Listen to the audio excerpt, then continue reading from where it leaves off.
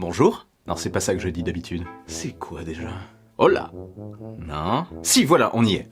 Salutations! Je l'ai longtemps attendu. Très longtemps. Je voulais à tout prix l'utiliser personnellement avant de faire cette vidéo. J'ai encore ma voix qui part dans les graves. Ça tombe bien, je l'ai. Le Samsung Galaxy Fold est entre mes mains. Ne vous attendez pas par contre à voir un test précis. On me l'a prêté pour une durée relativement courte, trop courte pour faire un test développé. Mais bon, si vous cherchez un test, il y a de quoi faire sur YouTube et en cherchant un petit peu sur le web. Parce qu'il ne vient pas tout juste de sortir, le bonhomme. Donc non. Ici, je vais vous partager mon avis sur l'avenir de ce produit et aussi sur l'avenir des autres smartphones potentiellement pliables de Samsung. Déjà, j'ai parlé de smartphone, mais je trouve que le Galaxy Fold n'en est pas vraiment un. Le Galaxy Z Flip, par contre, qui devrait lui être présenté le 11 février prochain, dans pas trop longtemps, en est clairement un pour le coup. Le Galaxy Fold, c'est... Je vais le faire souvent ça dans la vidéo, je pense. C'est autre chose. Pas aussi pratique que sur un smartphone, le petit écran en façade ne fait que pour moi dépanner, on va dire.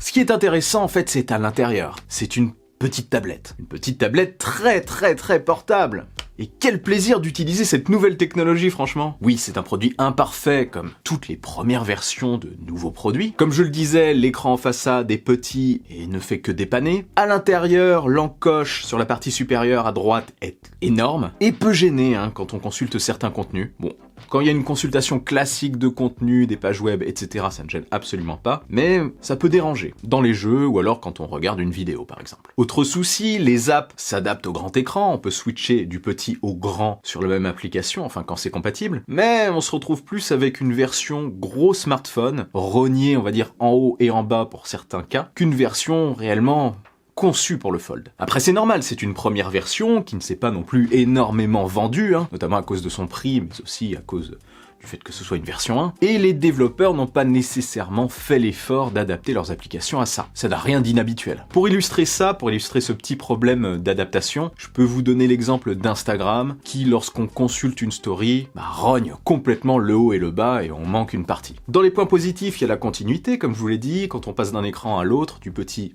au grand, c'est instantané, ça c'est très cool. Et pour jouer, même si l'encoche peut gêner parfois, c'est super. Clairement, je vais être totalement franc, le concept est extrêmement jouissif. C'est si jouissif d'ailleurs que je n'ai fait que l'utiliser à la place de mon smartphone depuis que je l'ai. Et sans me forcer. Je l'ai utilisé en priorité dans mon lit, à la place de ma tablette même, quand je me suis posé dans un canapé, etc. Et l'écran offre franchement un confort de lecture super agréable. La pliure se voit, oui, de côté, on en a beaucoup parlé à la sortie du produit, mais franchement, de face, pas du tout. Et j'irai même plus loin, la pliure ne gêne pas finalement. Ça ne m'a jamais, mais vraiment jamais dérangé, et je suis sincère. Comme vous l'avez compris, du coup, ce produit est pour moi une petite tablette qui se plie et qui se range dans la poche, et ça c'est vraiment super, mais c'est pas vraiment un smartphone. Enfin, pas comme on l'entend. Et en plus, avec 7,3 pouces, on n'est pas très loin des 7,9 pouces de l'iPad mini. Pour ceux qui utilisent un iPad mini aujourd'hui, ou alors qui l'ont déjà utilisé, imaginez-vous pouvoir le plier sur lui-même, n'avoir que l'écran surtout, et le rentrer dans votre poche. Rentrez ça dans sa poche. Du coup, je vous avoue que pour la version 2, on s'attend à voir arriver un modèle de 8 pouces, donc légèrement supérieur à l'écran de l'iPad mini, et franchement, je l'attends fortement. J'attends fortement la version 2. Hâte de voir ça cette année. Pour moi, clairement, cette nouvelle catégorie de produits est là pour durer. C'est peut-être d'ailleurs l'avenir de la gamme Note. Les Galaxy Note sont des smartphones que les gens apprécient pour la taille de leur écran. Rajouter un stylet au Galaxy Fold, baisser un petit peu son prix, et peut-être que ça pourrait intéresser ceux qui veulent le plus grand smartphone possible. Ceux qui veulent une tablette transportable au final. Une tablette qui se glisse dans la poche. Ce qui lui manquerait vraiment finalement, c'est un S Pen. Un stylet. Enfin, je pense clairement que ce produit peut être à terme vraiment excellent pour tout ce qui est productivité. Pour le marché pro d'abord, pour lequel certaines entreprises pourraient prendre ça pour certains de leurs employés sans se soucier réellement du budget, du tarif du produit. Plus de 2000 € quand même, je vous le rappelle. Donc les entreprises peuvent être une cible de choix pour ce Galaxy Fold. Parce que oui, c'est un super produit d'appoint finalement pour prendre des notes, pour consulter du contenu, s'informer en déplacement, lire des documents, etc. Enfin, c'est un produit qui peut être vraiment très productif.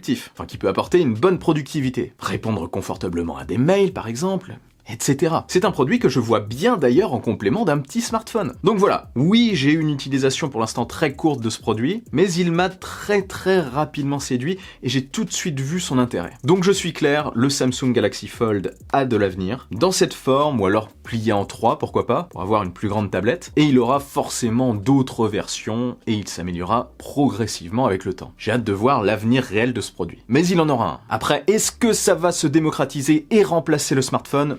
Je ne pense pas. Se démocratiser peut-être, oui, pour certains usages, mais remplacer le smartphone, pas tout de suite. Peut-être un jour, si c'est très fin et qu'on a un smartphone en façade et une tablette lorsqu'on l'ouvre en deux, pourquoi pas, mais il faudrait vraiment que le tarif baisse énormément. Et sous la forme du Galaxy Z Flip alors. J'attends de le tester vraiment ce produit aussi. J'espère pas dans 8 mois cette fois-ci.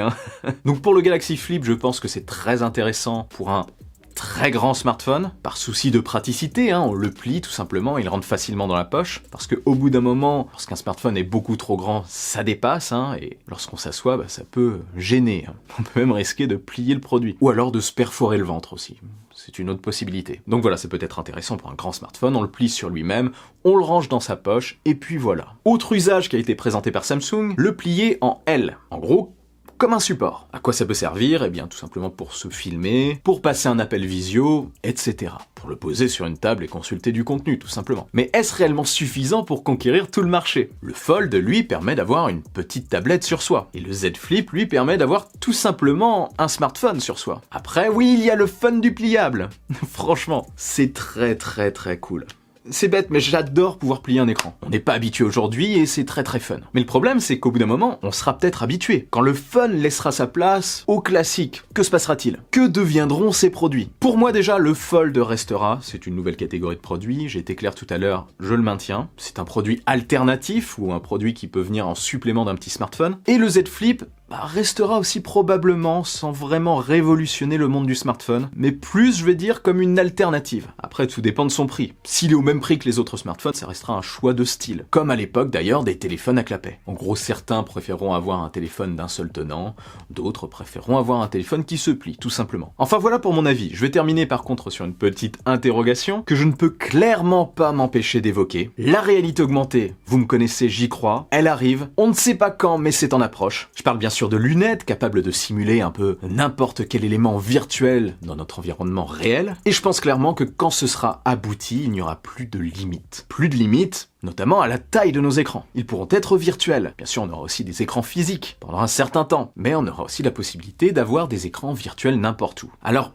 la question que je me pose, c'est combien de temps une telle technologie peut tenir face à l'arrivée, on va dire presque imminente de la réalité augmentée. Oui, ça sera pas totalement abouti, mais ça peut aller très vite. Dites-moi ça en commentaire, vous avez 2 heures. Bon courage. Enfin bref, dites-moi surtout si vous êtes intéressé par un smartphone pliable cette année. Si oui, lequel ? Dites-moi aussi ce que vous en pensez, tout simplement. Et si cette vidéo vous a plu et que vous voulez m'aider, partagez-la sans oublier le bon pouce en l'air qui claque. Pour ne rien louper, abonnez-vous à ma chaîne et activez la petite cloche des notifications. N'oubliez pas non plus de me suivre sur les réseaux sociaux, sur Twitter et sur Instagram.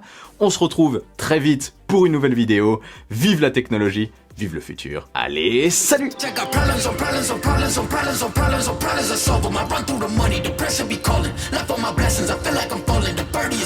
Tell me I'm garbage, I'm going through something, that's why I ain't calling. Phone and progression is all that I wanted, a phone and affection.